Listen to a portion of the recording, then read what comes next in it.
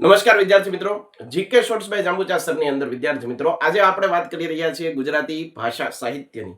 અને ઘણી વખત સાહિત્યકાર અને અગત્યનું સાહિત્ય અને તેના પિતા તરીકે કોને ઓળખવામાં આવે આવો કંઈક ટાઈપનો આપણને પ્રશ્ન પૂછાય છે. તો આપણે એકવાર જોઈ લઈએ કે ભાઈ આખ્યાનના પિતા તરીકે કોને ઓળખવામાં આવે. આખ્યાન કોનું ઓળખાય તો આખ્યાનના પિતા તરીકે વિદ્યાર્થી મિત્રો ઓળખાય છે ભાલણ.